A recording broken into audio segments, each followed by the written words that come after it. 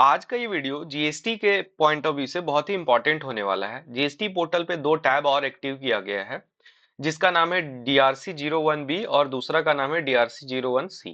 तो देखिए, बेसिकली पहले जो इशू होता था वो क्या होता था, या तो लाइबिलिटी मिसमैच होता था या तो आईटीसी मिसमैच होता था। लाइबिलिटी मिसमैच बोले तो कि अगर हम जीएसटी R1 में 100 रुपए का लाइबिलिटी दिखा रहे हैं और 3B में अगर हम 50 रुपए पे टैक्स दे रहे हैं तो this is called liability mismatch. ITC mismatch का क्या मतलब है? आईटीसी मिसमैच का ये मतलब है कि जीएसटीआर 2B में बोल रहा है गवर्नमेंट कि आपको 50 रुपए इनपुट लेना है, आप 3B में गए और 75 रुपए इनपुट ले लिए, तो ये क्या हो गया? मिसमैच हो गया। तो पहले इससे रिलेटेड अगर मिसमैच होता था तो हम लोग रिटर्न्स में जाके, रिटर्न कंप्लायंस में जाकर डिफरेंसेस देखते थे। लेकिन यहाँ पे क्या हो रहा है, अब डिफरेंसेस जो है वो डायरेक्ट यहाँ पे नोटिस के तौर पे इसमें आपको दिया जा रहा है।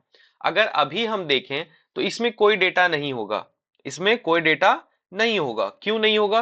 क्योंकि इसमें तभी डेटा पॉपुलेट होता है GSTR 1B और GSTR 1C में जब कोई डिफरेंस रहेगा आपका प्रीवियस आपका रिटर्न पीरियड में। यहाँ बोल रहा है नो रिकॉर्ड्स फाउंड। इस यहाँ सबसे पहले इसको हम जाएंगे कैसे, डीआरसी 01B और 1C में। तो आपको सर्विसेज में जाना है। सर्विसेज में जाने के बाद आपको रिटर्न्स वाले टैब में जाना है। रिटर्न्स वाले टैब में जाने के बाद देखिए नीचे है ना, पहले हम लोग यहाँ पे देखते हैं टैक्स लायबिलिटी और आईटीसी कंपैरिजन, वहां से अभी भी दिखेगा वो, नो नो डाउट। लेकिन जो नीचे है ना रिटर्न कंप्लायंस, इसमें आपको जाना है और यहाँ पे जाके आपको देखना है। देखिए आपके सामने दो टैब आएंगे, ये चीज देखिए। इसका इशू क्या है ना, ये आपको यहाँ पे इंटीमेट करेगा इसके थ्रू। अगर आपका R1 3B में मिसमैच है तो आपको डीआरसी 01B के थ्रू इंटीमेट करेगा, और अगर 2B और आपका जीएसटीआर 3B में डिफरेंस है तो आपको इसके थ्रू आपको ये करेगा। देखिए करेंटली इशू ये आ रहा था कि अगर आपका मिसमैच है, ठीक है, और आप रिटर्न फाइल करने जाइएगा तो आपके सामने ये आपके सामने नोटिस आएगा। नोटिस क्या बोलता है? बोलता है एरर। आप ये देखिए, ये क्या है, जीएसटी ये आपका ये क्या है कि देखिए यहाँ एक केस है। केस क्या है कि ये GSTR 1 फाइल करने जा रहे हैं, लेकिन यहाँ पे एक इंफॉर्मेशन दे रहा है, एरर आ रहा है। क्या एरर आ रहा है? Intimation in form DRC 01C part A has been issued to you, है ना, for the previous return period for excess ITC availed in GSTR 3B।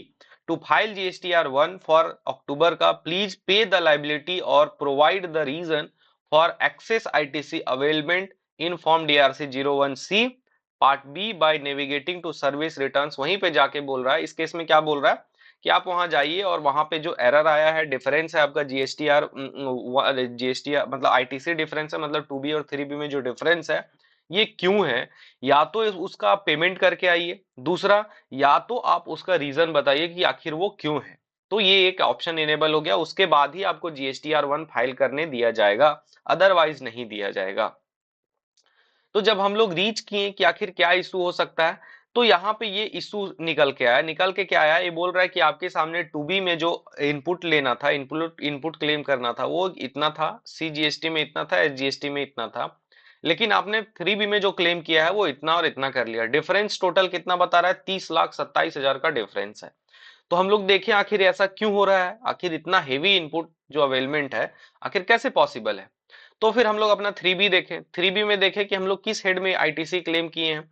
तो सिंपल सा, अगर हम लोग आईटीसी क्लेम फॉर्म में जाइएगा, टेबल नंबर 4 में, तो यहाँ पे देखिए हम लोग क्या देखते हैं, यहाँ पे साफ साफ दिखता क्या है कि inward supply liable to reverse charge. अब रिवर्स चार्ज के बारे में हम लोग को अच्छे से पता है कि भैया अगर हम लोग अनरजिस्टर्ड पर्सन से मटेरियल परचेज करते हैं या सर्विस परचेज करते हैं तो उस केस में हमको रिवर्स चार्ज में टैक्स लायबिलिटी बुक करना होता है, और उसी में हम लोग को रिवर्स चार्ज में ही क्या करना पड़ता है, आईटीसी क्लेम करना होता है। अब यहाँ पे सिस्टम को ये नहीं डिटेक्ट हो पाया। अब देखिए सामने वाला पार्टी रजिस्टर रहेगा तब तो वो आरसीएम में बिल इशू करेगा, आरसीएम में बिल इशू करेगा तभी तो वो मेरा 2B में रिफ्लेक्ट होगा। अब नहीं हुआ है ना, 2B में रिफ्लेक्ट क्या हुआ, नहीं हुआ। तो इसके वजह से क्या हो गया, यहाँ पे हम लोग मैनुअल क्लेम करते हैं आरसीएम का लेके। अब इसी को लेके वो नोटिस दे दिया। अब हम लोग यहाँ पे देखना चाहेंगे तो आप देख सकते हैं यहाँ पे, आप देखिए हम लोग यहाँ पे लाइबिलिटी भी बुक किए हैं, inward supplies liable to reverse charge में क्या किए हैं, लाइबिलिटी बुक किए हैं सबसे पहले, और उसके बाद हम लोग क्या किए हैं, इसका इनपुट भी आपका inward supplies liable to reverse charge में यहाँ पे देखिए आईटीसी भी हम लोग बुक कर लिए। तो जितना दिए उतना बुक कर लिए। लेकिन यहाँ पे समस्या कहाँ ये और देखिए हम लोग को क्या है, आरसीएम वाला पेमेंट हम लोग को कैश में करना पड़ता है। तो देखिए हम लोग कैश में पेमेंट भी किए हैं ना, tax paid in cash cash.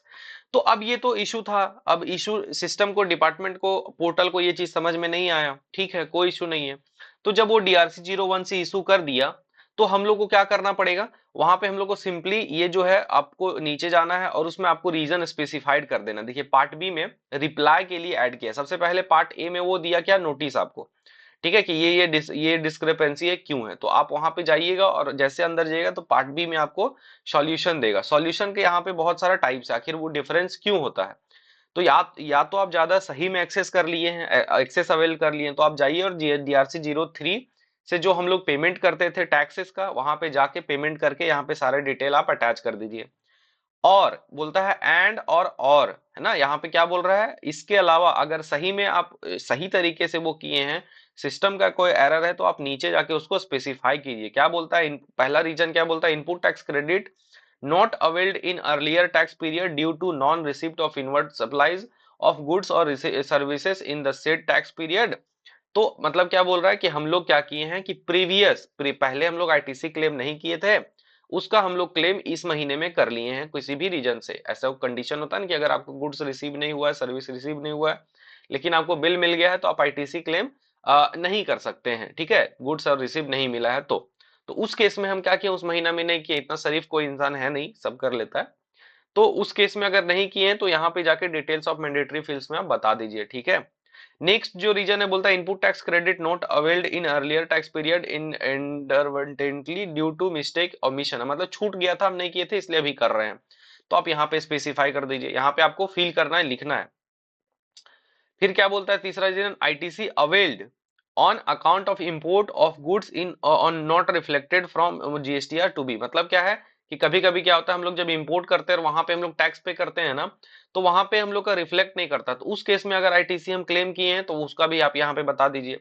Similarly आप एसईजेड से अगर इंपोर्ट किए हैं, इनवर्ट सप्लाईज किए हैं और वो टू बी में रिफ्लेक्ट नहीं हुआ, तो उसका डिटेल्स बता दीजिए। फिर बोलता है excess reversal of ITC in previous tax period the same being reclaimed in the current tax period, वो है। फिर है रिक्रेडिट है पेमेंट, वो जो है आपका 6 मंथ्स वाला, वो सब केस है। तो ये सारा चीज आपको यहाँ पे दिया, ठीक है, बहुत टोटल 8 तरह का दिया है। बोलता है form GSTR3B filed with incorrect details and will amend in next tax period, तो हम लोग उसको ठीक कर देंगे, तो उसका आप यहाँ पे देके सबमिट करिए। अगर इतना में नहीं है, इसके अलावा है, तो आपको 9th नंबर में जाके एनी अदर रीजन में प्लीज प्लीज स्पेसिफाइड कर दीजिए। सिस्टम को यहाँ पे डेफिनेटली एक और कॉलम इंसर्ट करना चाहिए था। वो कॉलम किस चीज का था, आरसीएम का था, क्योंकि सिस्टम में आरसीएम ऑटोमेटिक टू बी में जनरेट नहीं होता है। सिंपल सा बात है यार, अगर हम अनरजिस्टर्ड पर्सन से कुछ खरीद रहे हैं और उस पे आरसीएम का लाइबिलिटी आ रहा है, तो वो कहां से टू बी में दिखेगा, पॉसिबल ही नहीं है। तो डिफरेंस तो आएगा ही, और डिफरेंस आएगा तो सिंपल सा आप देख लीजिए ना कि GSTR3B में जो टेबल नंबर 3 है, 3.1 में जो है inward supply liable to reverse है, जहां पे हम लोग लाइबिलिटी बुक करते हैं, वहां पे लाइबिलिटी बुक किए हैं कि नहीं किए हैं। अगर वहां बुक किए हैं तो ही हम इनपुट क्लेम कर सकते हैं।